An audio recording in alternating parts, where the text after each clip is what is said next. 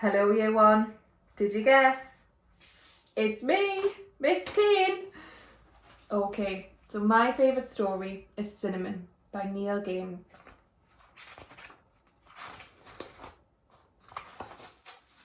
Cinnamon was a princess a long time ago in a small hot country where everything was very wild. Her eyes were pearls, which gave her great beauty, but meant she was blind. She couldn't see. Her world was the colour of pearls, pale white and pink and softly glowing. Cinnamon didn't talk.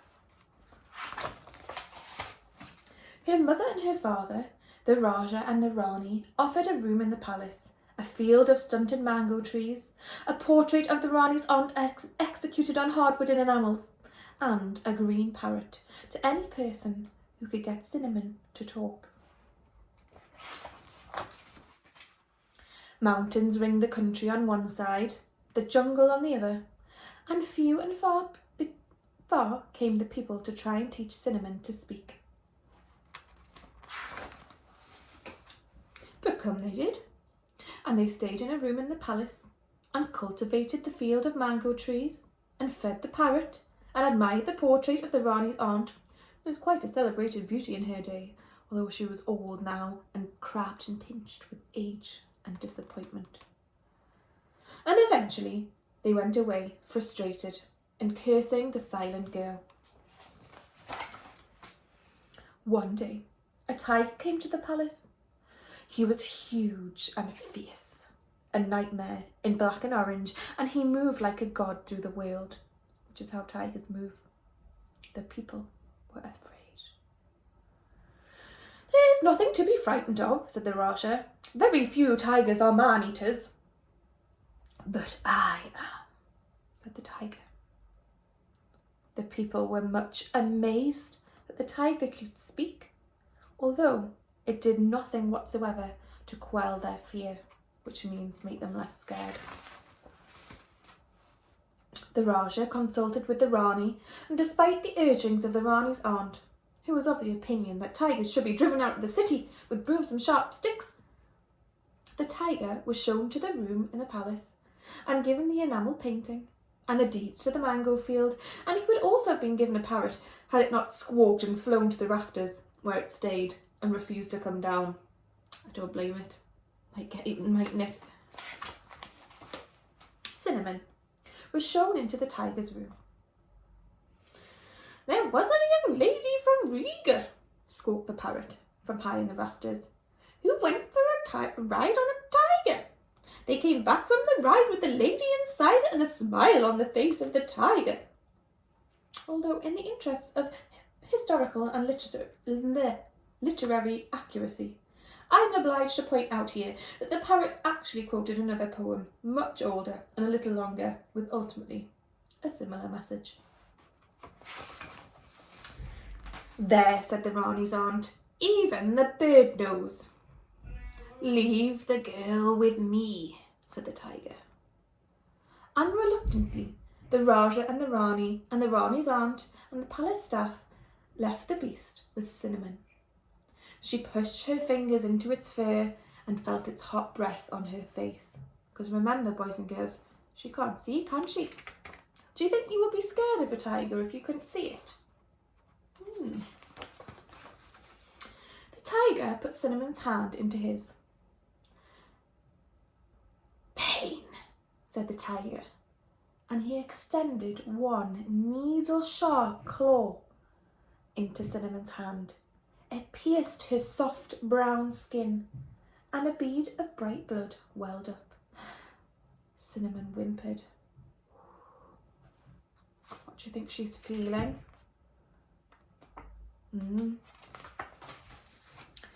"Fear," said the tiger, and he began to roar, starting so quietly you could scarcely hear it, working his way up to a purr, then a quiet roar like a distant volcano, then to a roar so loud that the palace walls shook. Can you do a roar for me? Are you ready? quite a good roar. I didn't expect that to come out my mouth. Cinnamon trembled. Again, can you give me a tremble? It was shaking because we're so scared. Love, said the tiger, and with his rough red tongue, he licked the blood from Cinnamon's hand and licked her soft brown face. Love, whispered Cinnamon, in a voice wild and dark from disuse, because she hasn't ever used it. And the tiger opened his mouth and grinned like a hungry god, which is how tigers grin. And show me a big grin.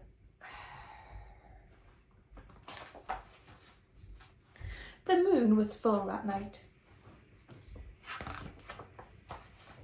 It was a bright morning when the child and the tiger walked out of the room together.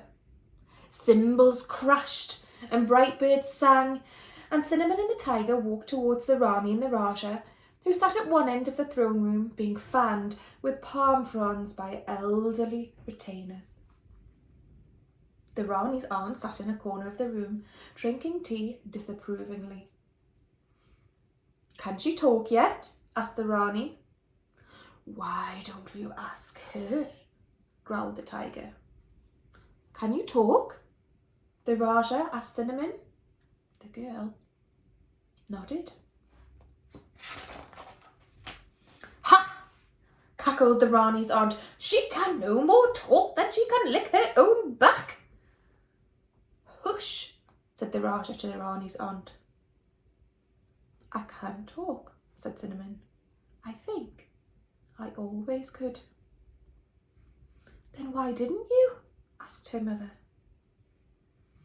She's not talking now, muttered the Rani's aunt, wagging one stick-like finger. That tiger is throwing his voice. That means, boys and girls, when some people can make a trick and they make it sound like they're speaking on the other side of the room when they're not. Can no one get that woman to stop talking? Asked the Raja of the room.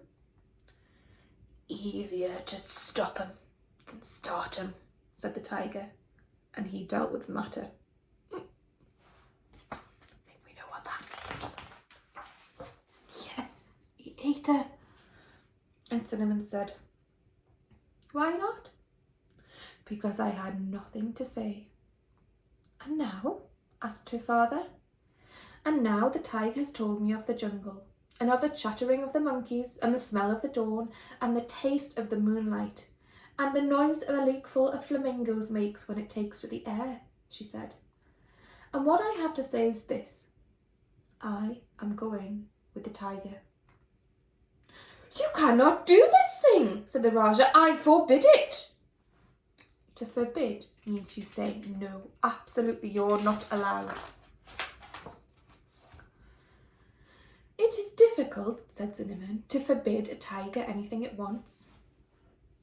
And the Raja and the Rani, after giving the matter a little consideration, agreed that it was so. And besides, said the Rani, she'll certainly be happier there. But what about the room in the palace, and the mango grove, and the parrot, and the picture of the Rani's late aunt? Asked the Raja, who felt that there was a place for practicality in the world. Give them to the people, said the tiger. And so an announcement was made to the people of the city that they were now the proud owners of a parrot, a portrait, and a mango grove, and that the Princess Cinnamon could speak, but would be leaving them for a while to further her education. She's going to go and learn lots of new things. A crowd gathered in the town square, and soon the door of the palace opened, and the tiger and the child came out.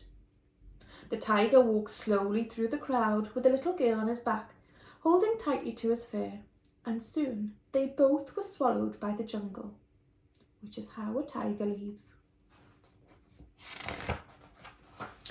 So, in the end, nobody was eaten, save only the Rani's elderly aunt, who was gradually replaced in the popular mind by the portrait of her, which hung in the town square, and was thus forever young and beautiful.